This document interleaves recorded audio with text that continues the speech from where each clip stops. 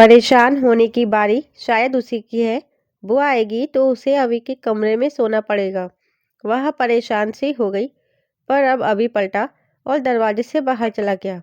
अब तो गौरी को उसी कमरे में सोने आना पड़ेगा, तो कुछ न कुछ बात करने का मौका तो मिलेगा। उसके होठों पर मुस्कान आ गई, जो अप्रत्याशित ही है। वह बहुत कम मुस्कुराता है, पर आजकल उसे मुस्कुराने की वजह जो मिल गई है। घर से निकलकर सीधा दुकान पहुंचा। बाबूजी ने उसे देखा तो सब काम छोड़ उसकी तरफ बढ़े। उसने भी उनके पैर छू आशीर्वाद लिया, तो उन्होंने उसे सीने से लगा लिया। थोड़ी देर औपचारिक बात के बाद एक दो ग्राहक थे, उनको देखने लगे, तो वह उनके जाने का इंतजार करने लगा और वहीं पर थोड़ी देर बैठ गया। उसके चेहरे पर खुशी थी, जो बाबूजी अच्छे से महसूस कर पा रहे थे। अंकुर के जाने के बाद वह पहली बार अभी के चेहरे पर खुशी देख रहे थे। क्या इसकी वजह गौरी है? जानने की उत्सुकता भी है और मन पर बोझ भी, जिसके हल्के होने का इंतजार है। उस दिन का जब अभी और गौरी एक दूसरे को खुशी खुशी अपना ले। जब ग्राहक चले गए तो उसके साथ आकर बैठ गए। टिफिन खोल खाना खाने लगे। वाह, आज तो बहू ने खाना बहुत ही अच्छा बनाया है। उन्होंने जानबूझकर खाने की तारीफ की और प्रतिक्रिया जानने अभी की तरफ देखा। हाँ, मुझे भी अच्छा लगा। अब अच्छे से खाना बनाना सीख गई है। तुझे भी अच्छा लगा? उन्होंने उसका मन टटोला। हाँ, उसने सहमति में गर्दन हिलाई, तो वे मुस्कुरा दिए। घर में सबसे मिल लिया था? हाँ। बहू से बात की या नहीं? नहीं। क्यों? वो मुझसे बोलती नहीं, तो क्या मैं दीवारों से बोलूँगा? उसे अभी झिझक होती है, इसलिए नहीं बोलती। तू ही बोल पड़ता, फिर तो वह बोलती ही। मैं तो कोशिश करता हूँ बात करने की, पर नहीं करती। मुझे तो समझाते रहते हो इतने समय से। उसे क्यों नहीं समझाया कि मुझसे बात करे? फ़ोन करता हूँ, तब भी नहीं करती। इतने समय बाद घर आया हूँ, तब भी नहीं कर रही। उसने शिकायती लहजे में कहा। अब ये भी मैं ही बोलूँ क्या कि तुझसे बात करे? हाँ। उसने हाँ बोला, तो उसकी बात पर वे हंसने लगे, पर अभी झेप गया। पापा, अब ऐसे हंसो ना। क्यों? मुझे अजीब सा लगता है। बात तो तुझे खुद ही करना है। मेरे कहने से या किसी और के कहने से थोड़ा ना वो तुझसे बात करेगी। फिर कैसे करेगी? तुझे खुद पहल करनी पड़ेगी। मैं कुछ बोलूँगा तो रोने लग जाएगी। मैं इस डर से बोलता नहीं। तेरी चाची आएगी शाम को, उसको कहूँगा कि उसे समझाए। अब ऐसी बातें तो मैं भी समझाने से रहा। ठीक है, अब मैं जा रहा हूँ। चाची को लेने स्टेशन जाना पड़ेगा, कहकर वह उठकर बाहर निकला, तो उनके चेहरे पर मुस्कान थी। दुकान से निकल वह सीधा घर ही आ गया। घर के बाहर पहुंचा ही था कि प्रीति की नज़र उस पर पड़ी, तो आवाज़ दी, अभी। अभी ने देखा तो उसे अनदेखा करके अंदर आने लगा, पर प्रीति जल्दी घर से निकल बाहर आ गई।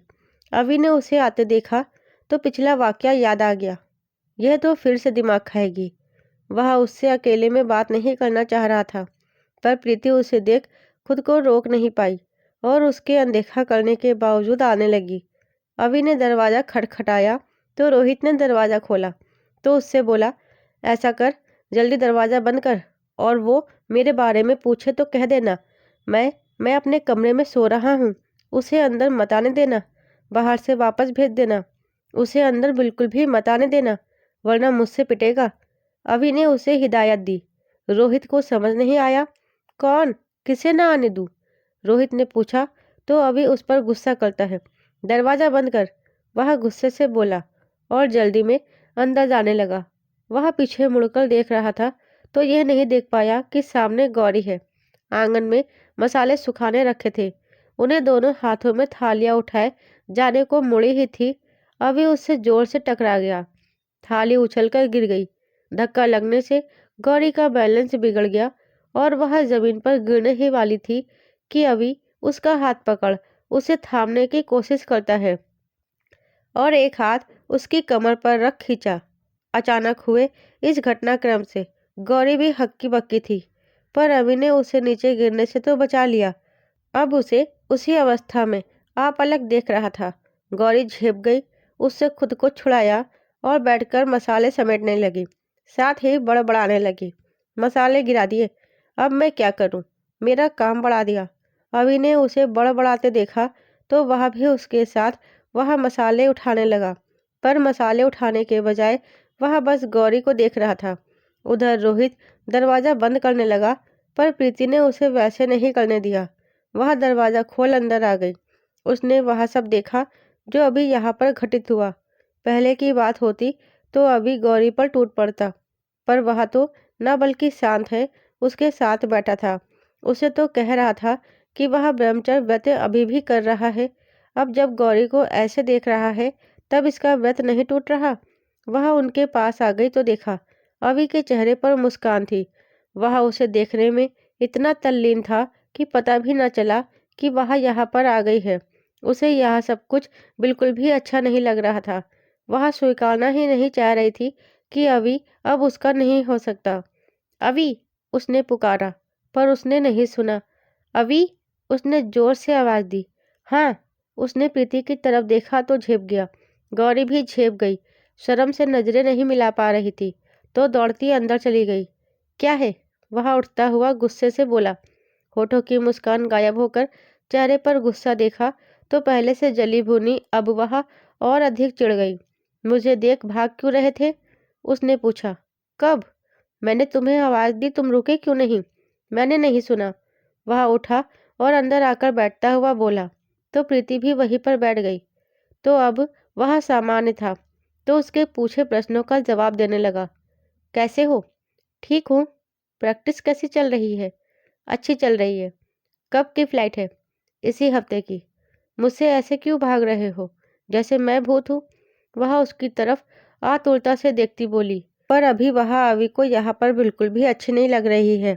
वह नहीं चाहता कि प्रीति को लेकर गौरी मन में कोई शंका पाले, तो टालने की सोचता है। नहीं, ऐसी तो कोई बात नहीं। प्रीति तू बैठ, मुझे चाची को लेने स्टेशन जाना है, कहकर वह उठ गया और उससे पीछा छोड़ा बाहर चला गया। तो प्रीति मन महसूस कर रह गई। उसे गौरी से जलन होने लगी कि अभी उससे तो बात नहीं करता और गौरी को कितने प्यार से देख रहा था। अभी चाची को लेने स्टेशन चला गया। शाम के समय चाचा चाची भी आ गए। चाची और बुआ दोनों का स्वभाव पूरा पश्चिम है, बिल्कुल विपरीत। चाची जहाँ यहाँ आने के प्यार से बात करती है, बुआ अपनी बुआ सास होने का रौब जमाने की कोशिश करती है, तो घर आते ही अपनी खोजे नजरें पूरे घर पर डालकर मुआयना करती है कि कोई कमी नजर आ जाए और उसे गौरी को सुनाने का मौका मिले। गौरी भी उनके स्वभाव से अच्छे से परिचित हो चुकी है, तो हर काम को सही करके रखती है कि बुआ को बोलने का मौका ही ना मिले। जब लगा कुछ कमी नहीं रहे, तो गौरी के सूने हाथ और माथे को देख अंदाजा लगाया कि गौरी अभी भी अंकुर की यादों से बाहर आने को तैयार नहीं है, तो उसी को लेकर सुनाने लगी। बहू, जी बुआ, अंकुर को गए हुए 3 महीने से ऊपर हो गया है। मानती हूँ कि तेरा दुख बहुत बड़ा है, हमें भी दुख है, पर अब तेरे इन हाथों में किसी ने अपने नाम की चूड़ियां पहनाई हैं, मांग में अपने नाम का सिंदूर सजा दिया, तो अब ये इतने दिन का मातम क्यों? बहुत हो गया गम मनाना। ऐसे क्या अच्छा लग रहा है? अब तेरा सब कुछ अभी ही है, उसके बारे में क्यों नहीं सोच रही है? तेरी दूसरी शादी है, पर उसकी उसकी तो पहली है। उसके भी अपनी पत्नी को लेकर कुछ अरमान, कुछ सपने होंगे, पर तुझे देख लगता नहीं कि तू उसे खुश देखना चाहती है या उसे खुश रखना चाहती है। बुआ ने सुनाना शुरू किया तो अब गौरी मौन हो गई। तुझे ऐसे देख क्या वो खुश होता होगा? बिल्कुल भी नहीं। ऐसा करके तू उसके साथ इतना अन्याय क्यों कर रही है? तेरी सोनी जिंदगी फिर से हरी भरी हो जाए। उसने यह सब किया, अपना अखाड़ा तक छोड़ दिया, और बदले में तू उसके साथ क्या कर रही है? मुझे यह सब बर्दाश्त नहीं होगा। कल से मुझे तू पहले जैसी दिखनी चाहिए। बुआ ने ताने की पोटली में बांधकर आदेश सुनाना शुरू कर दिया, जो गौरी को गवारा न था। बुआ क्या कह रही हैं? बुआ के ऐसा कहने से गौरी का गला रूंध गया, आंखों से आंसू टपक पड़े। वो इतना कड़वा कैसे बोल सकती है? अंकुर उसके लिए कागज पर पेंसिल से लिखे नाम जैसा तो न था कि उसे मिटाकर दूसरा नाम लिख ले। अभी से उसका रिश्ता जुड़ा है, पर वह मजबूरी का है। पर अंकुर अंकुर की जगह कोई कैसे ले सकता है, वो भी ऐसे जबरदस्ती से, तानों के रूप में उसे दिया जा रहा है। उसे रोते देखा तो बुआ को सहन न हुआ। इसमें रोने वाली क्या बात है? तेरे साथ ही क्या अलग से ये रिवाज हुआ है? आइंदा आऊं तो तू मुझे ऐसे नहीं दिखनी चाहिए। बुआ की बातें गौरी को सहन नहीं हो रही थी, तो उठकर अपने कमरे में चली गई। उनकी ये सब बातें बाबूजी और चाची जी भी सुन रही थी। बाबूजी बुआ पर गुस्सा करने लगे। आप चुप रहेंगी कि नहीं? काम बने ना बने, बिगाड़ेंगी जरूर। ऐसा कहा था कि गौरी को समझाओ, ये नहीं कि उसका दिल दुखाओ। फिर चाची जी की तरफ मुखातिब हुए, इनको समझाओ अपनी जुबान पर लगाम रखे। हर समय उसके लिए मुंह से कड़वा ही उगलती है। कुंती अपने आप समझा देगी। मैं सच्ची बात बोलती हूँ तो सबको कड़वी लगती है। अरे मैंने क्या गलत बोला? वो उस बेचारे अभी के बारे में क्यों नहीं सोच रही? जो चला गया उसका दुख मनाकर जो है उसको भी दुखी कर रही है। ये सब आपकी वजह से ही हो रहा है। उसको अलग कमरे में सोने की इजाज़त ही क्यों दी? दोनों साथ रहेंगे तभी तो उनकी बात होती। ऐसे तो वो कभी बात ही नहीं करेंगे। आप रहने दीजिए। कुंती तू जा, तू उसको समझा। मैं उसको ऐसी बातें नहीं समझा सकता, पर तू भी प्यार से समझाना कि उसे ऐसे ना लगे कि सब उस पर ज़बरदस्ती कर रहे हैं। उन्होंने चाची को गौरी को समझाने के लिए कहा तो वो गौरी के कमरे में आ गई। देखा तो गौरी सुबक रही थी। वो भी उसके साथ ही बैठ गई। बहू, बुआ का बोला हुआ बुरा मत मान। बोलती कड़वा है पर गलत तो कुछ भी नहीं बोल रही है। ऐसे कब तक अंकुर के जाने का शौक मनाती रहोगी? तुम्हें भी अभी के बारे में सोचना चाहिए। उन्होंने शांत स्वर में कहा। मुझसे यह सब नहीं होगा। कितनी बार बोल चुकी हूँ, सब हो जाएगा। पहले तो ये कमरा बदल। जब तक यहाँ रहेगी तो अंकुर की यादों से छूट नहीं पाएगी। मैं नहीं छूटना चाहती। गौरी गुस्से से बोली कि तभी कमरे में बुआ का आगमन हो गया। उन्होंने गौरी को बोलते सुना तो तिलमिला गए। देखा आपने, ये आपसे कैसे बोल रही है? यह आप सब लोगों द्वारा दी गई ढील का परिणाम है। बहू को बहू ही रहने देना चाहिए, बेटी नहीं बनाना चाहिए, वरना वो। गुस्से में बुआ शब्दों की मर्यादा तोड़ने पर उतारू थी और गौरी को ताने भी देने लगी, इसलिए कुछ भी बोले जा रही थी। जा रही है कि नहीं? यहाँ पर हम दोनों सोएंगे। जा, तू आज से यहाँ नहीं रहेगी। बुआ ये क्या बोल रही है? गौरी की आंखें डबडबा गई। जा, बोला ना। भाभी इतना गुस्सा मत कीजिए, चली जाएगी। ये कोई छोटी बच्ची नहीं कि इसे यह सब समझाना पड़े। कहती वे दोनों उसके बेड में बैठ गई तो मन मारकर गौरी को वहां से बाहर आना पड़ा। अभी के कमरे का दरवाजा खोल अंदर आई। उस समय अभी बेड पर कमर टिकाए बैठा था। गौरी को देखा तो मन पुलकित हो गया। वह तो जैसे उसका इंतजार ही कर रहा था। उसे अंदर आते देखा, उठ बैठा। गौरी बेमन से यहाँ आई थी क्योंकि वह अभी में हुए बदलाव को अच्छे से पहचान पा रही है।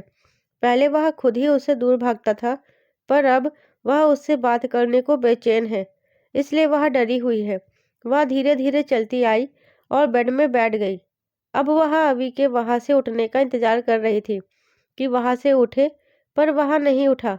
वह चाहता है इसी बहाने गौरी उसे कुछ बोले और उनकी बात तो कम से कम शुरू हो, पर गौरी परेशान सी बैठी रही। अभी उसे यूं परेशान देख रहा था तो वह धीरे से खिसकता उसके पास ही आ गया। गौरी ने बेड में हाथ टिका रखा था। वह उसकी तरफ देखता है, पर गौरी उसकी तरफ नहीं देखती। तो वह धीरे धीरे अपना हाथ सरकाता उसके हाथ के पास ले आया, पर हिम्मत नहीं हो रही थी तो अपनी छोटी वाली उंगली उसके हाथ पर टच करता है। उसके ऐसे करने से गौरी ने चेहरा ऊपर उठाकर देखा तो अभी उसे ही देख रहा था। वह घबरा गई, हाथ हटा दिया और बड़बड़ाने लगी। बुआ मुझे ताने देती है, मुझे जबरदस्ती यहाँ भेजती है। अब मैं कहाँ जाऊँ, कहाँ सोऊं? गौरी के बड़बड़ाने से वह बोला कुछ नहीं, पर सरकता एक साइड हो गया कि वह दूसरी साइड सो जाए। पर गौरी चाहती थी वह चटाई में सो जाए। सोए में पता नहीं चलता है, हाथ मेरे ऊपर आता है तो मेरा दम घुटता है। वह उसे शहर वाली बात याद दिला रही थी। जब उसका हाथ उसके ऊपर आ गया था, वह अच्छे से समझ रहा था, पर जानबूझकर ढीठ बनकर बैठा रहा। जब तक वह उसे संबोधित करके उठने को नहीं बोलेगी, बैठा रहेगा। बैठा क्या, यहीं पर सोएगा? यहाँ भी यहीं पर सो जाए, मैं कौन सा इसे खा जाऊंगा। गौरी उसकी मंशा समझ रही थी, पर वह रिस्क नहीं उठाना चाहती तो बड़बड़ा रही थी। पर अभी पर कोई असर नहीं हुआ। जब गौरी बड़बड़ा के चुप हो गई, देखा वह बैठ के एक साइड लेट ही गया। उसकी मंशा चटाई पर सोने की नहीं थी, पर वह उसके साथ नहीं सोएगी। उठ खड़ी हुई, चटाई लाई और बड़बड़ाने लगी। अब उसे उस पर गुस्सा भी आ रहा था कि वह ऐसा क्यों कर रहा है। चटाई बिछाने को हुई तो देखा अभी बेड से नीचे उतर आया और उसके हाथ से चटाई लेने हाथ बढ़ाया, पर अब वह नहीं देती। अब वही चटाई में सोएगी। जब गौरी ने चटाई देने से इनकार किया तो वह उसकी कलाई पकड़ लेता है, तो वह घबरा गई और चटाई छोड़ दी। तो वह भी उसकी कलाई छोड़ देता है। गौरी फटाफट बेड में चली गई। वह चटाई बिछा देता है और बैठ गया। ऐसे तो यह बात नहीं करेगी, पर बात तो करना पड़ेगा। फिर कल तो वह चला जाएगा और ये फ़ोन पर भी बात नहीं करेगी। कम से कम महीना भर उसे बाहर रहना पड़ेगा। ऐसा क्या करे कि वह खुद से उसे बोलने को मजबूर हो जाए। उसकी तरफ नज़र दौड़ाई तो वो तो लेट भी गई थी। वह भी लेट गया। थोड़ी देर बाद वह सो भी गया, पर गौरी को नींद नहीं थी। क्या करे कुछ समझ नहीं आ रहा था। पिछली बार के जैसे फिर से बेड में तो नहीं आ जाएगा, सोच सोचकर उसे नींद नहीं आ रही थी। वह लेट सोई तो सुबह नींद भी नहीं खुली। पर अभी को सुबह जल्दी उठने की आदत है, तो 5 बजे ही उठ गया। गेम्स को मात्र कुछ दिन रह गए हैं, तो इस तरह टाइम खराब नहीं कर सकता। चटाई फोल्ड करके रख दी और बाहर आ गया। किचन से अपनी सुबह की डाइट ली, शर्ट उतारकर साइड रख आंगन में ही वार्म अप करने लगा। जब गौरी की नींद खुली तो अभी उठ चुका था। वह भी बाहर आ गई, अपने कमरे से कपड़े ले आई और नहाने चली गई। नहाकर आई, साड़ी सेट करनी थी, पर उसके कमरे में तो चाची और बुआ कब्जा जमाकर बैठ गई है, तो वह अभी वाले कमरे में ही आ गई। बुआ उसे वहां नहीं आने दे रही। लगता है ठान कर आई है कि उसका कमरा छीन कर ही रहेगी। उसे इस बारे में अभी से बात करनी पड़ेगी। बुआ को बोलने का भी कोई फायदा नहीं। गलती से भी उसके मुंह से एक भी शब्द निकल गया तो बुआ राय का पहाड़ बनाने में देर नहीं लगाएगी। और बहुत तो बड़ों से जुबान लड़ाती है का तमगा उस पर चिपका कर सुबह सुबह कड़वी बातों को प्रसाद के रूप में भी देकर मूड खराब करेगी, वो अलग।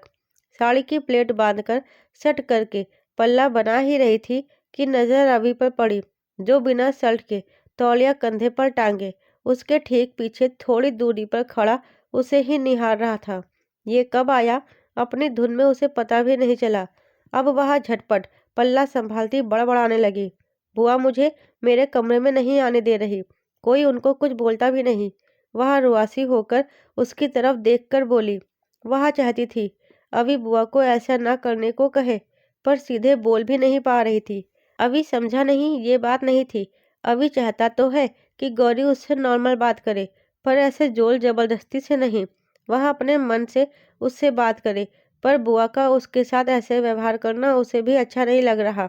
ऐसे जोर जबरदस्ती से गौरी सबको गलत समझने लगेगी, ये बात उसे भी अच्छी नहीं लग रही।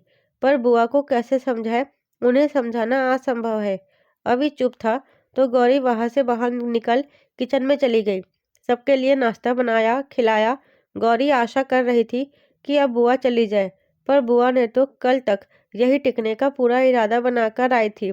अब वह गौरी पर दबाव डालने लगी कि वह अभी के कमरे में शिफ्ट हो जाए, जिसके लिए गौरी तैयार नहीं थी। तो वह बोलने मजबूर हुआ, बुआ अभी मैं यहाँ सिर्फ एक दिन के लिए हूँ, तो क्यों सब कुछ डिस्टर्ब कर रही हो।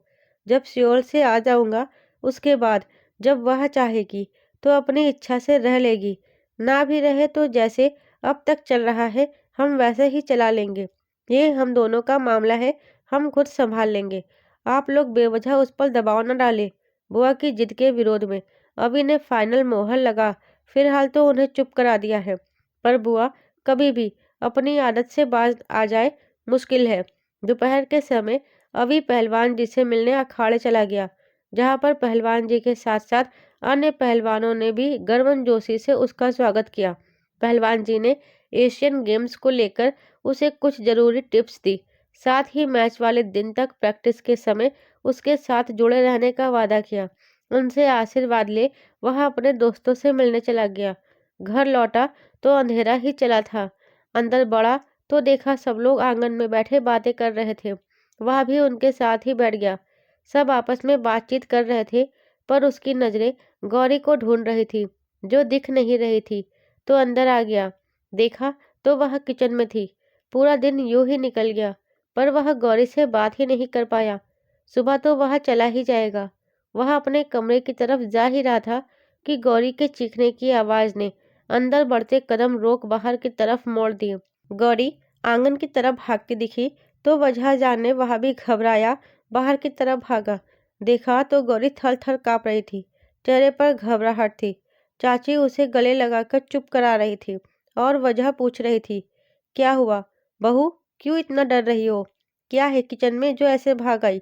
वह बुरी तरह घबराई हुई थी, तो बता नहीं रही थी। चाची के बार बार पूछने पर उसने उंगली किचन की तरफ उठाई। कॉकरोच, वह कॉकरोच है, वह भर्राई आवाज में बोली। क्या? सुनकर सब चौंक गए। हाँ चाची जी, मुझे कॉकरोच से बहुत डर लगता है, वह मुझे खा जाएगा, उसे भगाओ। धत तेरे की बहू, तूने तो हमारे प्राण सुखा दिए थे। खोदा पहाड़ निकली चुहिया। बाबूजी मजाकिया लहजे में हंस दिए, तो सब हंसने लगे। चुहिया नहीं पापा, कॉकरोच। भाभी कॉकरोच से डर गई। हा हा हा हा। रोहित हंसता हुआ बोला, तो सब हंसने लगे। अभी को भी हंसी आ गई, तो अब गौरी छिप गई। रोहित अंदर गया और उसने उसे भगाया, तो वह वहां से निकलकर दूसरे कमरे में चला गया। गौरी बहुत डर गई थी। सब उसका मजाक उड़ा रहे थे, तो शर्मिंदा भी थी। कुछ देर बाद गौरी शांत हुई, तो फिर से किचन में खाना बनाने लगी। सबको खाना खिलाकर काम निपटाकर अपने कमरे में आई, पर चाची और बुआ तो आज भी पूरी प्लानिंग के तहत उसका बेड कब्जा के बैठी थी। बुआ के तानों से और चाची ने उसे प्यार से समझाया कि कल अभी चला जाएगा, तो आज वह उसके साथ वही सोए। उसने बहुत मना किया, पर कारखाने के शोर में तूती की आवाज की तरह उसकी आवाज भी दब गई। उसकी बात कौन सा सुनी जानी थी, तो फिर से मन मारकर आ गई। देखा तो अभी बेड में लेटा हुआ था। पास आकर देखा तो उसे नींद भी आ गई थी। अब क्या करे, उसे ही नीचे चटाई बिछाकर सोना पड़ेगा। वह चटाई लेने गई, तो अभी ने हल्के से आंखें खोल दी। जैसे ही वह चटाई लेकर पलटी, उसने वापस आंखें बंद कर दी। अब वह चटाई खोलकर बिछाने लगी। तभी उसमें से कॉकरोच निकला और फर्श पर दौड़ने लगा। गौरी ने देखा, डर के मारे चीख निकल गई। दौड़ती बेड में आकर अभी के ऊपर आकर चिपक गई। पहलवान जी, पहलवान जी बचाओ। उसके यूं पुकारने से अभी ने आंखें खोल दी और उसकी तरफ देखने लगा। वो कॉकरोच मुझे खा जाएगा, वह रुआसी होकर बोली, पर अभी कुछ बोल ही नहीं पाया। आवाज जैसे हलक में अटक कर रह गई। गौरी उसके ऊपर थी। वह तो जैसे सांस लेना भी भूल गया था। भगाइए उसे, वह भयभीत हो उसे बोल रही थी, पर उसे कुछ नहीं सुनाई दे रहा था। उसके हाथ उसकी कमर पर हल्की सी पकड़ बना लेते हैं। उसके लिए यह सब अनुभव बेहद रोमांचक है। गौरी खुद ही उससे लिपट गई है। उसका उठने का कोई मोड़ नहीं था। जब अभी नहीं उठा, तो उसने उसे दोनों हाथों से उसकी टी-शर्ट को पकड़कर झकझोरा। क्यों नहीं उठ रहे हैं आप? तो जैसे धरती पर लौटा। हाँ, क्या हुआ? उसने चौंकते हुए पूछा। किचन वाला कॉकरोच इधर भी आ गया, भगाइए उसको। मुझे मुझे मुझे भी कॉकरोच से डर लगता है। उसको गौरी का उससे ऐसे चिपके रहना अच्छा लग रहा था। जो उठकर वह खराब नहीं करना चाहता, तो बहाना बनाता है। क्या कह रहे हैं ये? गौरी ने सुना तो वह चौंक गई। हाँ, क्यों झूठ बोल रहे हैं? आप तो इतने बड़े पहलवान हैं, आपको कैसे डर लग सकता है? गौरी को बात पची नहीं, तो पूछा। पहलवान हूँ तो कॉकरोच को थोड़ा नहीं पता है कि मैं पहलवान हूँ, और मुझे कौन सा उसके साथ कुश्ती लड़नी है। प्लीज जाइए, वह बाहर नहीं जाएगा तो मैं कहाँ सोऊंगी। वह रुआसी हो उठी। जहाँ अभी हो, वो जगह इतनी भी बुरी भी नहीं है, सुरक्षित है। कॉकरोच यहाँ नहीं आ सकता। वह प्यार से उसकी आंखों में देखता बोला, और हाथों की पकड़ थोड़ी सख्त करता है। अगर वो यहाँ भी आ गया तो? गौरी अपने डर में भूल भी गई कि ध्यान कॉकरोच पर है, इसलिए अभी से बात भी कर रही है और उसकी बाहों में है, पर अभी का पूरा ध्यान उस पर ही है। उसके ऐसे उसके पास आ जाने से उसके मन में हलचल मची हुई है। अब तो गौरी जो बोल रही है उसे कुछ सुनाई भी नहीं दे रहा, बस उसे देखे जा रहा है। उसके लिए यह सब एहसास नए है। उसे समझ भी नहीं आ रहा क्या करे। गौरी को अपने ऊपर से हटने को कहे कि उसे ऐसे ही रहने दे। वह आप अलग देख रहा था तो गौरी की आवाज़ ने चौंकाया। बोलिए ना, अगर वो यहाँ भी आ गया तो? नहीं आएगा, यहाँ मैं हूँ ना, वह धीमे सुर में बोला। आप तो कह रहे हैं आपको भी डर लगता है, वह पूछ रही थी, पर वह चुप था। ना चाहते हुए भी उसके हाथ उसकी कमर पर मचलने को हो रहे थे। शरीर की नसों में रक्त दुगना गति से दौड़ रहा था। आज से पहले उसने कभी ऐसा महसूस नहीं किया। उसके हाथों की पकड़ अपने आप ही उसकी कमर पर बढ़ने लगी। गौरी का उससे चिपकना उसे यूं व्याकुल करेगा, उसे जरा भी अंदाजा नहीं था। उसकी नजरें उसके खूबसूरत चेहरे पर टिकी थी। हाथ खुद ही सरकता गर्दन तक आ गया। उसके लिए यह सब बहुत रोमांचक है। गौरी अधिक देर ऐसी रही तो शायद वह अपने होश खो दे और गौरी उसे गलत समझ लेगी। तुरंत हाथ हटा दिए, मन कठोर कर लिया। नीचे उतरो, वह सुर कड़ा करके बोला। हाँ? गौरी को उसका यूं तेवर बदलना समझ नहीं आया। मैंने कहा नीचे उतरो। उसके तीखा बोलने से गौरी को ध्यान आया कि वह कहाँ है। वह उसके ऊपर थी। अब उसे खुद भी अजीब लगने लगा तो शर्म के मारे झिप गई, नीचे उतर गई और बैठकर बड़बड़ाने लगी। मैं यहाँ पर नहीं सो सकती, नीचे कॉकरोच है, मुझे डर लग रहा है। अब मैं कहाँ सोऊंगी? वह प्रतिक्रिया जाने उसकी तरफ देखने लगी। यहीं पर सो जाओ, मैं तुम्हें खा नहीं जाऊंगा, उसने सुर तीखा कर बोला और थोड़ा साइड होकर लेट गया। जब गौरी ने देखा उसका वहां से उठने का कोई इरादा नहीं तो बोलने को मजबूर हुई। मतलब आप कॉकरोच नहीं भगाएंगे? नहीं। अभी के साफ मना करने पर वह रुआसी हो गई। सोए में हाथ मेरे ऊपर आता है तो मेरा दम घुटता है। अब नहीं आएगा। हाथ मैं किनारे करके सो रहा हूँ। अभी लेट गया। गौरी को उस पर गुस्सा आ रहा था। थोड़ी देर बैठी रही, फिर लेट गई। उसे यहाँ पर नहीं सोना, पर नीचे कॉकरोच है, उसे रोना आ रहा था। मुंह फेरकर सुबकने लगी। अंकुर होता तो वो ऐसा कभी नहीं करते। वो मेरे लिए कुछ भी कर सकते थे और ये तो एक कॉकरोच को भी नहीं भगा रहे। वह कॉकरोच अभी भी फर्श पर घूम रहा था। थोड़ी देर बाद अभी को सुबकने की आवाज़ आई तो देखा गौरी रो रही थी। तो उठ बैठा और उससे पूछता है, तुम रो रही हो? नहीं तो, वह आंसू साफ करती बोली। रो रही हो? तुम हर समय ये छोटे बच्चों जैसे आंखों से सावन भादो क्यों बरसाने लगती हो? कुछ भी बात क्यों ना हो, रोना शुरू कर देती हो। इसमें रोने जैसा क्या है? अभी थोड़ा ऊंची आवाज में बोला तो वो और तेज तेज रोने लगी, जो कि उसे समझ नहीं आ रहा था। बता रही हो कि नहीं? क्यों रो रही हो? उसने गुस्से से पूछा। बुआ भी मुझे डांटती है, ताने भी देती है। आप मुझे डांटते हो, मुझे कोई नहीं समझता। कॉकरोच को भी नहीं भगा रहे, वो कमरे में घूमता रहेगा तो मुझे नींद कैसे आएगी? वो ऊपर बेड में आ गया तो मुझे खा जाएगा, मुझे डर लग रहा है। वह सुबकते हुए बोली। अच्छा, रोना बंद करो, मैं उसे अभी बाहर भगाता हूँ। अभी बेड से उठकर नीचे उतर गया और कॉकरोच को बाहर भगाने लगा तो गौरी भी उसे भागते हुए देखने लगी। जब वह बाहर चला गया तो उसकी सांस में सांस आया। अब अभी भी बेड में सोने का इरादा त्याग देता है। चटाई बिछाई और बैठ गया। गौरी की तरफ देखा तो अब उसके चेहरे पर डर नहीं था।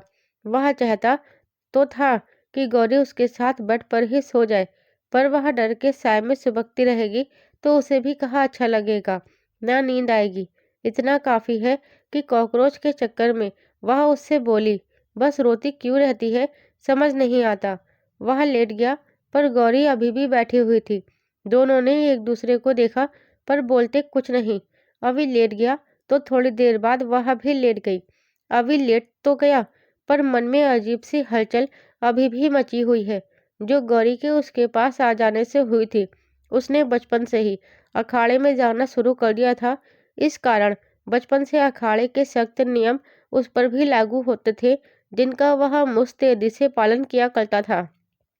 वे किसी भी स्त्री के आसपास आने से बचता था। किसी स्त्री का न बल्कि स्पर्श उसे गौर से देखना भी पाप माना जाता था, इसलिए वह स्त्रियों से दूर रहता था। पर अब वह गौरी के करीब जाता है तो उसे अच्छा लगता है। वह उससे बात करना चाहता है, क्योंकि उसके पास जाते ही जैसे दिल के अरमान जागने लगते हैं। उसका उसके आसपास होना, छूना बहुत अच्छा लगता है। उसका रूप भी तो मन भावन है। यह सब उसके लिए निरा अलग अनुभव है। वह उससे इस अनुभव को साझा करना चाहता है, इसलिए इस रिश्ते में आगे बढ़ना चाहता है। बेशक दोनों मजबूरी में इसमें बंधे हो, पर एक दूसरे को अपनाने के अलावा उनके पास कोई ऑप्शन नहीं है। वह गौरी को पहले जैसे खुश देखना चाहता है, पर गौरी तो आगे बढ़ना ही नहीं चाह रही। शायद उसे थोड़ा और इंतजार करना चाहिए उसके नॉर्मल होने का। एक बार मेडल जीत लूँ तो उससे अपने मन की बात खुलकर बोल दूंगा, और ये भी जताऊंगा कि वह अब मेरी पत्नी है, तो उसे मेरे साथ बेड में एक साथ सोने में क्या दिक्कत है। अगर वह रिश्ते को नहीं मानती तो वो सब रस्में बेशक दोबारा दोहरानी पड़े, दोहराऊंगा। कुछ समय यहाँ रहना पड़े तो रहूंगा, और प्रयास करूंगा कि यह पहले जैसे खुश हो जाए। पर यह सब होने से पहले उसकी और सबकी खुशी के लिए मेडल जीतना है। सोचते सोचते चेहरे पर मुस्कान आ गई। रात तो अभी की अंतर्द्वंद में गुजर गई, क्योंकि वही इस रिश्ते को आगे बढ़ाने में ज़्यादा उत्सुक है। गौरी तो ऐसा कुछ सोच ही नहीं रही। वह बिल्कुल उदासीन हो रखी है। वह ये सब अनुभव अंकुर के साथ ले चुकी है। उसके लिए वह उसका प्यार है जिसको वह भुला नहीं पा रही। पर इस सब में वह अभी की भावनाओं को पूर्णतः अनदेखा कर रही है। उसके लिए गौरी उसका प्यार है तो उसे पाने की कोशिश कर रहा है, पर गौरी उसकी कोशिशों को पार नहीं लगने दे रही। सुबह वह गौरी से पहले ही उठ गया, पर आज वह अन्य दिन की तरह वर्जिश के लिए नहीं गया, बल्कि गौरी के उठने का इंतजार करता है कि कमरे से बाहर जाने से पहले गौरी कुछ तो बोलेगी ही। मैच के लिए उसे शुभकामना देगी। पहली बार देश से बाहर जा रहा है, कुछ तो बात करेगी। एक बार कमरे से बाहर चली गई तब उसे बात करने का मौका नहीं मिलेगा। थोड़ी देर बाद गौरी भी उठ गई। देखा तो आश्चर्य में है। आज अभी बैठा हुआ था। उसने उसकी तरफ देखा जरूर, पर बोली कुछ नहीं। बेड से उतरकर वह बाहर जाने लगी। जब अभी को लगा वह तो बाहर चली ही जाएगी तो आवाज़ दी, सुनो। हाँ। वह पलटी। अपना ख्याल रखना, और कभी मन करे तो फ़ोन पर बात कर लेना, मुझे अच्छा लगेगा। अभी की नज़रें उस पर ही टिकी थी। इन शब्दों में वह अपना प्यार, फिक्र और बेचैनी सब कुछ लपेट कर दे रहा था। पर गौरी तो जैसे सब कुछ अनदेखा करने पर तुली है। उसने बस सहमति में गर्दन हिलाई। अभी उसके बोलने का इंतजार करता रहा कि वह भी कुछ बोलेगी, तो उसका मुंह ताक रहा था। पर उसकी सोच के उलट वह पलटी और उसके प्यार के बदले मायूसी थमा बाहर चली गई। कैसी है ये? कुछ तो बोलती, पर नहीं बोली। यही चाहती थी कि मैं ये मेडल जीतूं, तो वही जीतने जा रहा हूँ, तो जाने से पहले शुभकामना ही दे देती। पहली बार बाहर देश जा रहा हूँ, कुछ तो बोलती। क्या मुझे इस लायक भी नहीं समझती? वह मन में बड़बड़ाता उठ गया। चटाई फोल्ड करके रखने लगा तो कल कॉकरोच वाला वाकया याद आ गया। कल तो कॉकरोच ने अपना काम कर ही दिया था।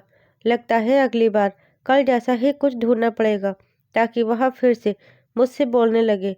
गौरी तो नहीं बोली, पर अब वह भी बाहर आ गया और जाने की तैयारी करने लगा।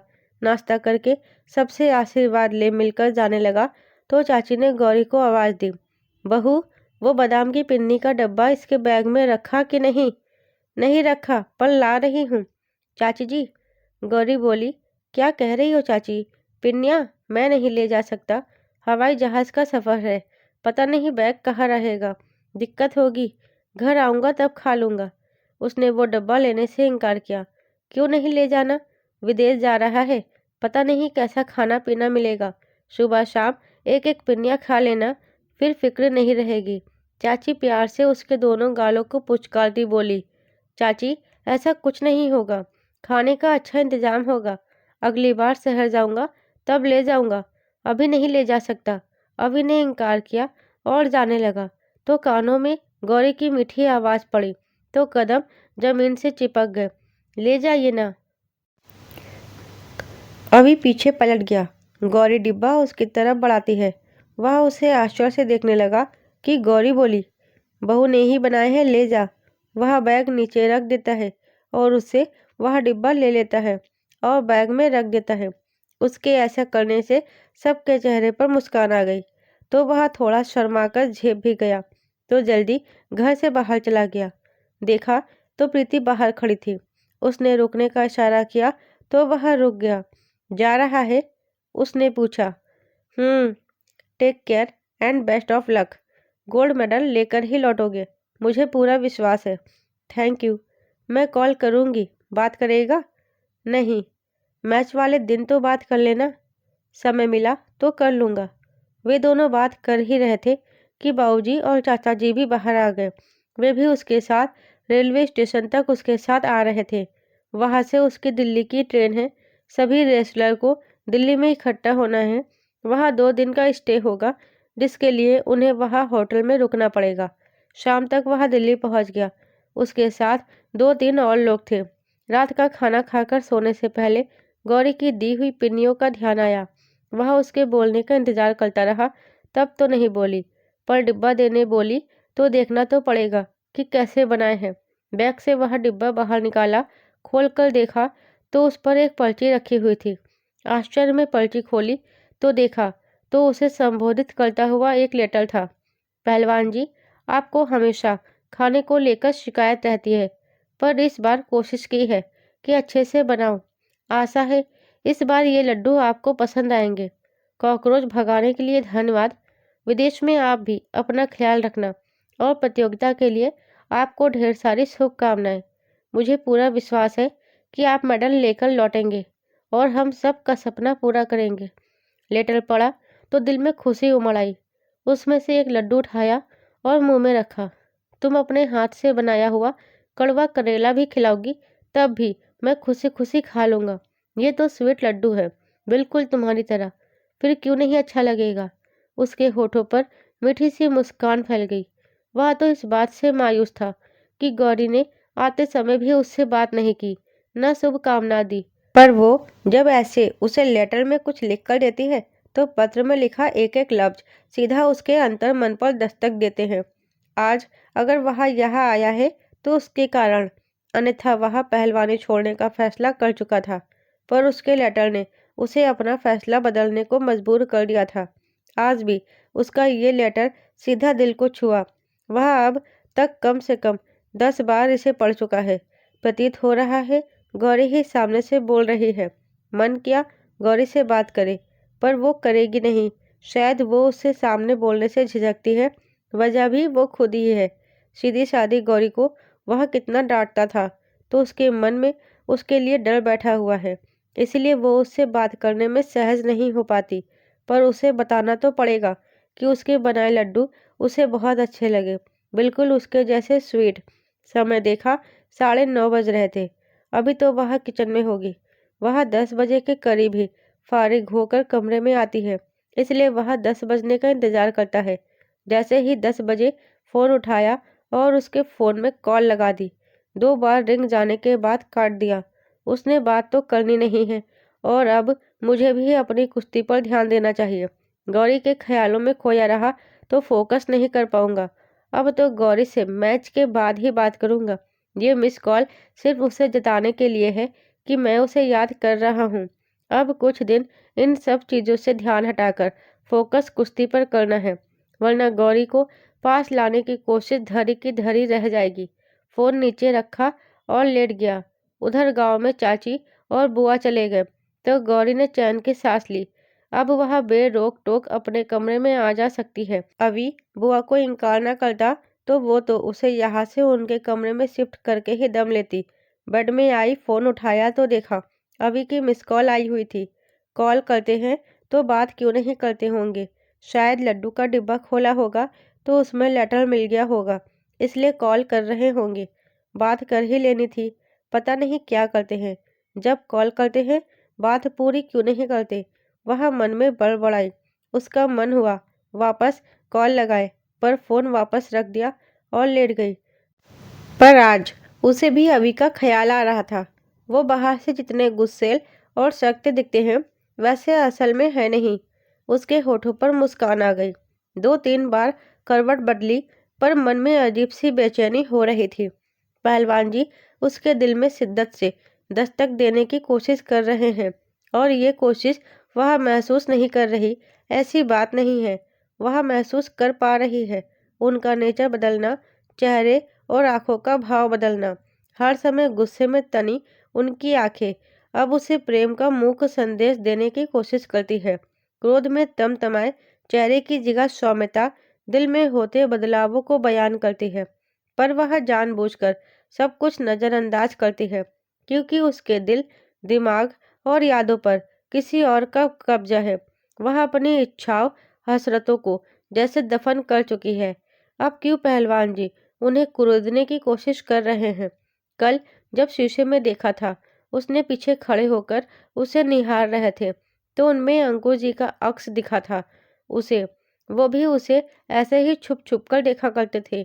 एक बारी को भुलावा भी हो गया था, जैसे वही हो। तो क्या पहलवान जी को अंकुर जी की जगह देना को तैयार है? जब मन अत्यधिक बेचैन हुआ, उठ बैठी, बेड से नीचे उतर आई और शीशे के आगे खड़ी होकर अपने सूने हाथ देखने लगी।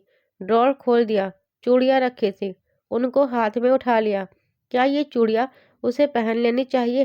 पहलवान जी भी तो चाहते हैं कि वह चूड़ियाँ पहन ले। उनमें से 2 चूड़ियाँ उठाकर हाथों में पहन ली।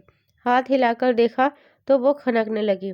बहुत दिनों बाद चूड़ी की खनक अच्छी लगी। होठों पर मुस्कान आ गई। सारी चूड़ियाँ दोनों हाथों में पहन ली और हाथ हिलाकर शीशे में देखने लगी। यह महज चूड़ियों की मामूली खनक तो नहीं है, न बल्कि पुरुष के मन को लुभाती है। स्त्री के मन में भी तो मीठा संगीत घोलती है, नई तरंग भरती है। अब बिंदी का पैकेट भी निकाल लिया, लाल रंग की गोल बिंदी भी लगा दी। सिंदूर रखा था वो भी उठा लिया। उसका ढक्कन खोलकर लगाने ही लगी थी कि हाथ माथे से नीचे आ गए। बंद कर वापस रख दिया। माथे की बिंदी भी उतार दी, चूड़ियाँ भी उतार कर रख दी और ड्रॉर को बंद करके दौड़ती बेड में पेट के बल लेटकर तकिए में मुंह छुपा लिया। आंखों से आंसू टपक पड़े, गला रूंध गया। दोनों हाथों से तकिया भींच लिया और फपक पड़ी। उसका रोना, उसकी सिसकियाँ उस कमरे की खामोशी को तोड़कर एक दुखद संगीत सी बजने लगी, जिसे सुनती है खामोश होकर ये दीवारें और महसूस कर पाती है उसका दर्द, तकलीफ। उसकी आंसुओं से गीला यह तकिया भीगकर उसके दर्द की गवाही देता है। सूना सूना बेड, उसके अकेलेपन और तन्हाई को देखकर साथ में रोता होगा। अक्सर रात में डर कर उठ बैठती है और याद करने लगती अंकुर को और रोने लगती है फिर से। इस कमरे में रखा एक एक सामान मानो मूक दर्शक बना देखता है उसके बहते आंसुओं को, पर कोई दिलासा नहीं देता, ना पीठ थपथपाकर चुप कराता है। खुद ही रोकर थक जाती है तो लुढ़क जाती है। एक तरफ थकी गर्दन, बोझिल आंखें जब नींद से भर जाती है, पर आज आंखों में नींद नहीं थी। जब भी दिल भर आता है तो ऐसे ही रोती है, लड़ती है अपने अकेलेपन से, जो उसकी नियति बन गया है। क्यों हुआ उसके साथ यह सब कि उसे ऐसी जिंदगी जीने पर मजबूर होना पड़ा? अगर अभी के साथ उसका भविष्य जुड़ा था, वही उसका हमसफर बनना था, तो यूं कुछ दिन का साथ देकर जिंदगी भर का गम देने अंकुर को क्यों भेजा उसकी जिंदगी में हमसफर बनाकर? और कुछ दिन का साथ देकर छीन भी लिया। पहले ही उसकी शादी अभी से हो जाती तो तब वो उसे अपना लेती। अब ऐसी कश्मकश भरी जिंदगी जो जी रही है, वो तो नहीं जीनी पड़ती। क्या करे कुछ समझ नहीं आ रहा था, तो दोनों हाथ फैलाए छत को घूरने लगी और आंखें बरस रही थी। कोनों से सावन भादों की झड़ी सी थी। उधर अभी का अगले दिन का भी दिल्ली का स्टे था। शाम को खाना खाने से पहले हर रोज वह बाबूजी, रोहित और अनुज से बात करता है। 10 बजे के करीब गौरी कमरे में सोने आ जाती है। रात ठीक 10 बजे वह उसके फ़ोन में 2 रिंग देकर कॉल कट कर देता है, उसे ये जताने कि वह उसे मिस कर रहा है। जितने भी रेसलर सियोल जाने वाले थे, मेल फीमेल सभी आ गए थे, तो अगले दिन की फ्लाइट से उन सबको सियोल भेज दिया गया, ताकि वहाँ के माहौल के हिसाब से खुद को ढाल सके। दूसरी कंट्री में जाते ही खिलाड़ी अक्सर बीमार भी हो जाते हैं। उन्हें मेडिसिन भी नहीं लेनी होती, क्योंकि कई चरणों में उनका डोप टेस्ट होता है, तो एंटीबायोटिक या अन्य ड्रग्स नहीं ले सकते। वहां पहुंचने के बाद अभी घर कॉल करता है कि वह पहुंच गया है, और अब वह कुछ दिन समय से बात ना भी कर पाए तो परेशान ना हो, क्योंकि यह सब पूरे दम लगाकर प्रैक्टिस करनी है। पर फिर भी वह यहाँ के टाइम के हिसाब से बाबूजी, रोहित और अनुज से बात करता है और ठीक 10 बजे गौरी के फ़ोन में मिस कॉल मारकर छोड़ देता है। गौरी समझ चुकी थी कि वह जानबूझकर ही ऐसा करता है, क्योंकि बाबूजी और रोहित और अनुज से तो वह रोज़ ही बात करता है। अब वह हर रोज़ 10 बजे उसकी मिस कॉल का इंतज़ार करती है और वो ठीक 10 बजे उसे मिस कॉल देकर छोड़ देता है। ना कभी गौरी वापस कॉल करती है, ना अभी इतनी देर कॉल देता कि गौरी रिसीव कर ले। पूरे 15 दिन यह सिलसिला चला। अभी भी जानबूझकर बात नहीं करता था। वह अब प्रतियोगिता से पहले अपना ध्यान भटकाना नहीं चाहता। पहलवान जी ने भी उसे सख्त निर्देश दिए हैं कि अपना ध्यान न भटकाए, तो वह उससे बात करने की कोशिश तो नहीं करता, पर फिर भी वह मिस कॉल देकर यह जताता ज़रूर है कि वह उसे मिस करता है और गौरी भी समझ चुकी है कि वह उसे याद करता है। यही जताने के लिए मिस कॉल करता है। आखिर वो दिन भी आया जब एशियाई खेलों का शुभारंभ और उद्घाटन समारोह होने वाला था, जो टीवी पर लाइव दिखाया जाने वाला था। अभी को गए 15-16 दिन हो गए थे। आज उद्घाटन समारोह में भारतीय खिलाड़ियों का दल जब हाथों में तिरंगा लिए स्टेडियम में मार्च करेगा, तो उसमें अभी भी दिखेगा ही। तो सब उसे टीवी पर देखने को उत्साहित थे। ओपनिंग सेरेमनी भारतीय समय के हिसाब से 4 बजे शाम को होने वाली थी, जिसको देखने घर वाले तो उत्साहित तो थे ही, आस पड़ोस के लोग भी कम उत्साहित नहीं थे। गांव का लड़का टीवी पर दिखेगा तो फक्र की बात सबके लिए थी। भारतीय दल, लड़के ब्लू कलर का ब्लेजर पैंट और लड़कियां ब्लू कलर की साड़ी और साथ में ब्लू कलर का ही ब्लेजर पहनने वाली थी। बाबूजी तो दुकान पर थे, पर उन्होंने फ़ोन में लाइव शो चला रखा था। घर पर रोहित, अनुज और गौरी तो थे ही। आस पड़ोस के बच्चे, प्रीति और उसकी जैसी एक दो लड़कियां भी वही उनके घर आकर टीवी के आगे जम गए। ठीक 4 बजे समारोह शुरू हुआ। जैसे ही भारतीय दल कैमरे के सामने आया, अभी भी उसमें दिखा। उसने हाथ हिला सबका अभिवादन किया, जिसे देख रोहित और अनुज तो खुशी के मारे उछलने लगे कि मेरे अभी भैया टीवी पर है। अभी को टीवी पर देख एक पल को गौरी के चेहरे पर भी मुस्कान आ गई, पर प्रीति तो भूल ही गई कि वह कहाँ है। वह अपनी भावनाओं पर नियंत्रण नहीं रख पाई। हाय मेरा अभी, कितना हैंडसम लग रहा है। वह दोनों हाथों को हाथों पर ले जाकर फ्लाइंग किस देने लगी। उसका ऐसे करने से सब उसे हैरानी से देखने लगे, खासकर गौरी, जिससे उसके होठों की मुस्कान गायब हो गई। उसने घूरकर प्रीति की तरफ देखा तो उसे भी एहसास हुआ कि ये क्या कर दिया। तो फीलिंग कंट्रोल करती है। भाभी, हम बचपन के दोस्त हैं ना। तो अभी को टीवी पर देख ज़्यादा ही एक्साइटेड हो गई, सॉरी। वह माफ़ी मांगती है और झेपती वहाँ से चली गई। तो गौरी भी कमरे में चली गई। उसे प्रीति का अभी के लिए ऐसे प्यार दिखाना अच्छा नहीं लगा। ना जाने आज वह क्यों एक पत्नी की तरह सोचने लगी थी। प्रीति का उनके बीच घुसपैठ करना अच्छा नहीं लग रहा था। क्यों उसे ऐसा महसूस हो रहा है, समझ नहीं आ रहा है। प्रीति के जाने के बाद भी वह बेचैन हो गई। अंकुश जी को तो भगवान ने उससे दूर कर दिया। पहलवान जी से बेशक पति पत्नी का रिश्ता नहीं, पर इस घर में वह उनकी वजह से है। कहीं प्रीति पहलवान जी को भी उससे दूर तो नहीं करना चाहती। वह क्या ये सब दोस्ती की वजह से करती है, या उसके मन में कुछ और है। खाना बनाते हुए उसके दिमाग में यही सब चलता रहा। जैसे ही 10 बजे अभी उसके फ़ोन में फिर से मिस कॉल करता है, तो गौरी की सब टेंशन खत्म और चेहरे पर मुस्कान आ गई। 2 दिन का समय और बीता। अभी अन्य गेम हो रहे हैं। कुश्ती के मुकाबले 3-4 दिन बाद शुरू होने हैं। यहाँ आकर रवि ने खुद को पूर्ण रूप से कुश्ती के प्रति पहले जैसे समर्पित कर दिया है। गौरी को मिस कॉल तो देता है, पर सिर्फ इसलिए कि वह उसके रूटीन का हिस्सा हो गया है, और इसलिए भी कि इस बहाने गौरी उसका ख्याल तो करेगी ही करेगी, पर खुद वह उसे दिमाग पर हावी नहीं करता और कुश्ती को समर्पित हो गया है। इसलिए ऐसे कोई भी ख्याल भी मन में नहीं आने देता जिससे उसका ध्यान भटके। दोपहर के समय गौरी कपड़े सुखाने छत पर आई तो प्रीति अपने छत वाले कमरे के बाहर खड़ी थी। वैसा होता तो वह गौरी से बोल पड़ती, पर उस दिन के बाद वह गौरी से नजरें नहीं मिला रही थी। गौरी ने उसे देखा, पर आज वह गौरी को भी अच्छी नहीं लग रही। उसको अनदेखा किया और कपड़े फैलाने लगी, तो वह अंदर चली गई। बेशक उसका और पहलवान जी का पति पत्नी का रिश्ता नहीं है, पर प्रीति को ऐसा नहीं करना चाहिए। प्रीति भी बेशक गौरी से नजरें नहीं मिला रही हो, पर इसलिए नहीं कि अपनी हरकत पर शर्मिंदा है।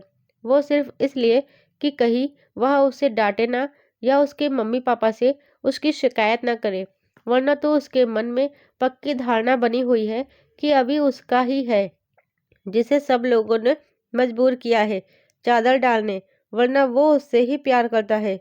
पर वह शर्मिला है, अपनी भावनाएं किसी को नहीं बताता। सब लोगों ने जबरदस्ती दबाव बनाकर गौरी से उसका रिश्ता जोड़ा है, इसलिए वह उसके साथ खुश नहीं है।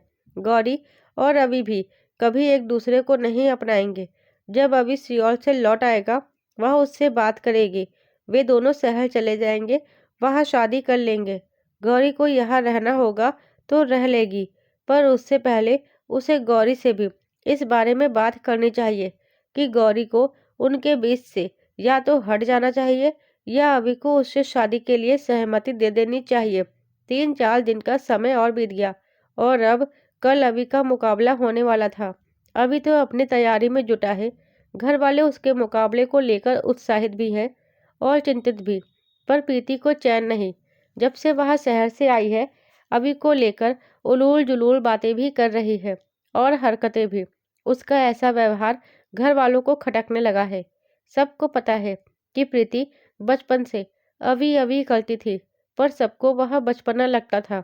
पर अब वह उस दिन से परेशान है जब से अभी ने गौरी को चादर डाली। वह पहले ही कहती थी कि वह अभी से शादी करेगी। घर वालों को लगता था मजाक में कहती होगी, पर अब भी उसका रुझान अभी की तरफ कम नहीं हुआ है।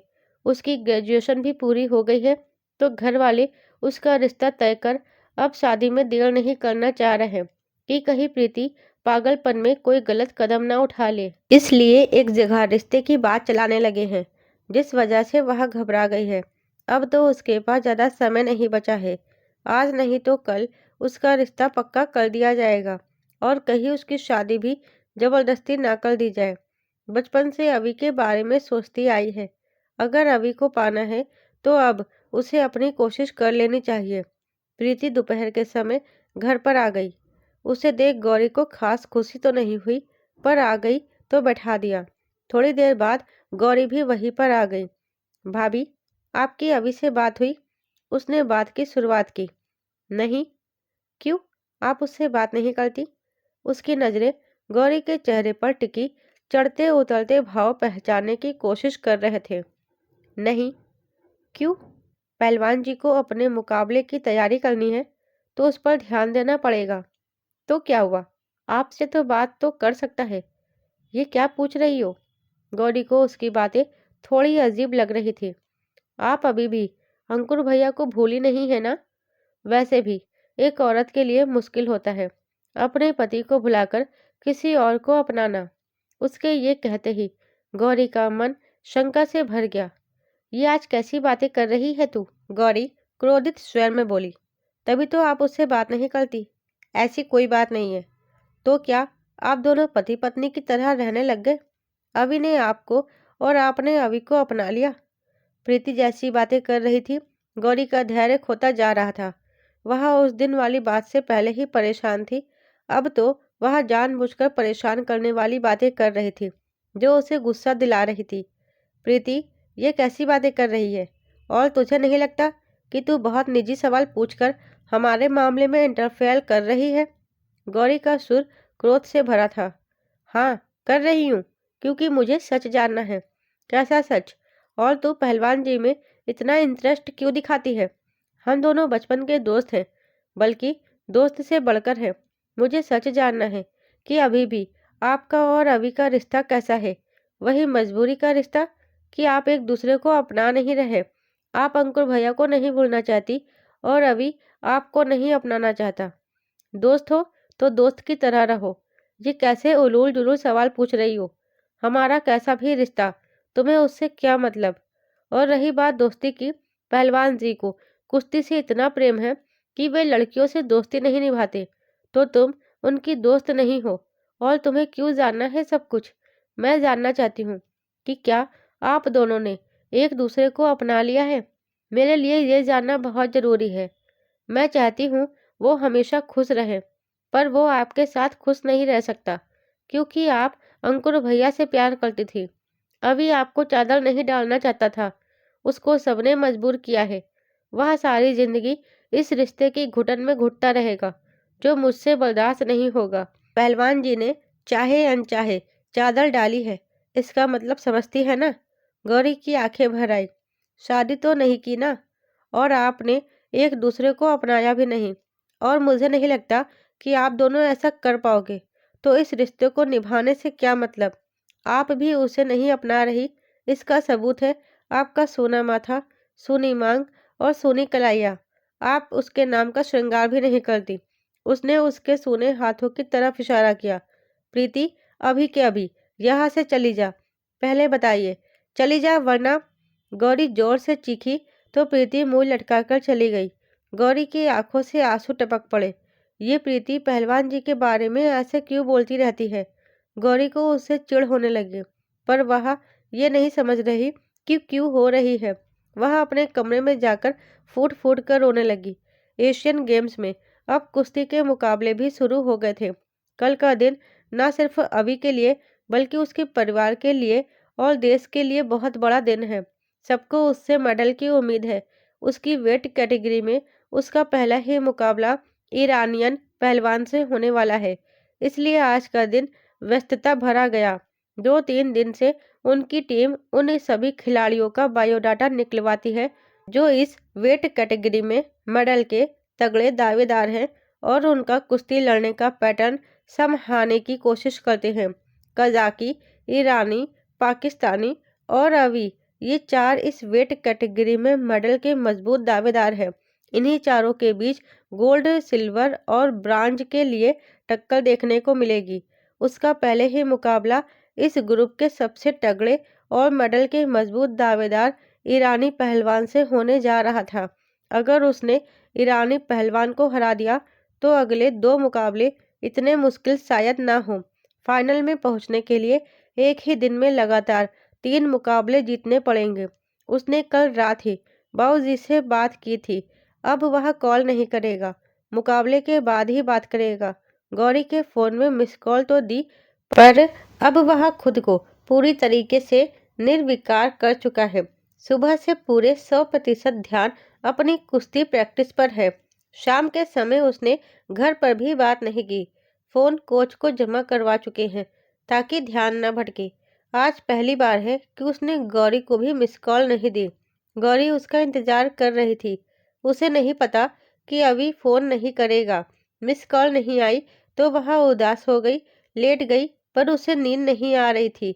उसे वैसा ही महसूस हो रहा था जब अंकुर उसे रोज कॉल करता था। किसी दिन नहीं करता तो बेचैन हो जाती थी। उसने आज खुद ही कॉल करने का फैसला किया। नंबर डायल किया, पर उसके फ़ोन में रोमिंग रिचार्ज नहीं था, तो इंटरनेशनल कॉल नहीं हो सकती थी। सुबह उठी तो उसे बहुत बेचैनी हो रही थी। सबसे पहले रोहित को पूछा। रोहित? हाँ? कल पहलवान जी ने कॉल क्यों नहीं किया? रोहित उसे आश्चर्य से देखने लगा कि गौरी ने भैया के बारे में पूछा। वो कहने ही वाला था कि बाबूजी की आवाज़ कानों में पड़ी। आज उसका मुकाबला है तो कल से फ़ोन बंद कर रखा है। आज जब शाम को मुकाबला हो जाएगा तब बात करेगा। बाबूजी मुस्कुराते हुए बोले, क्योंकि गौरी को पहली बार अभी की चिंता करते देखना उन्हें अच्छा लग रहा था। पर इस सब में गौरी थोड़ी झेपी जरूर, पर उसे अब थोड़ी तसल्ली हुई। जब बाबूजी चले गए तो रोहित से पूछती है, पहलवान जी का मुकाबला कितने बजे होगा? आप भी देखेंगी? हाँ। कितने बजे से स्टार्ट होगा? तब तक मैं आ जाऊंगा। सब साथ में देखेंगे। अब वह भी बेसब्री से 3 बजने का इंतजार करने लगी। आज से पहले उसने कभी रेसलिंग का मैच नहीं देखा। उसने तो पहलवानों को लड़ते हुए भी पहली बार उस दिन अखाड़े में ही देखा था। तभी हंसी आ गई थी। पर आज सब की तरह उसे भी अभी के कुश्ती मुकाबले का बेसब्री से इंतजार था। 3 बजने से पहले ही लोग उनके घर में जुटने लगे। आज तो बाबूजी भी घर पर आ गए। अभी का मैच सब बैठकर देखेंगे। घर में बेशक सब उत्साहित है। अभी ने अपना मन निर्विकार कर रखा है, परसों रात के बाद किसी से बात नहीं की है। वह पहले भी ऐसे ही करता था। एक दिन पहले सबसे कट जाता है। बेशक ब्रह्मचर्य भंग हुआ है, पर पिछले कुछ दिनों से खुद को पहले जैसा ही महसूस कर रहा है। वह अपने पास हनुमान जी की छोटी सी मूर्ति रखता है। बिना उनसे आशीर्वाद लिए वह किसी मुकाबले में नहीं उतरता। हनुमान जी का भक्त बनने ब्रह्मचर्य रखना पड़ता है। इसलिए उसने यहाँ आने के बाद गौरी या अन्य ऐसे किसी भी ख्यालों को खुद से दूर रखा हुआ है। उसका फोकस सिर्फ और सिर्फ अपने होने वाले मुकाबले पर है। वह पहली बार ऐसे किसी बड़े इंटरनेशनल इवेंट में आ रहा है, तो दबाव भी है और जोश भी। इसलिए सबसे खुद को काट दिया है। उसका और ईरानी पहलवान का नाम अनाउंस हुआ।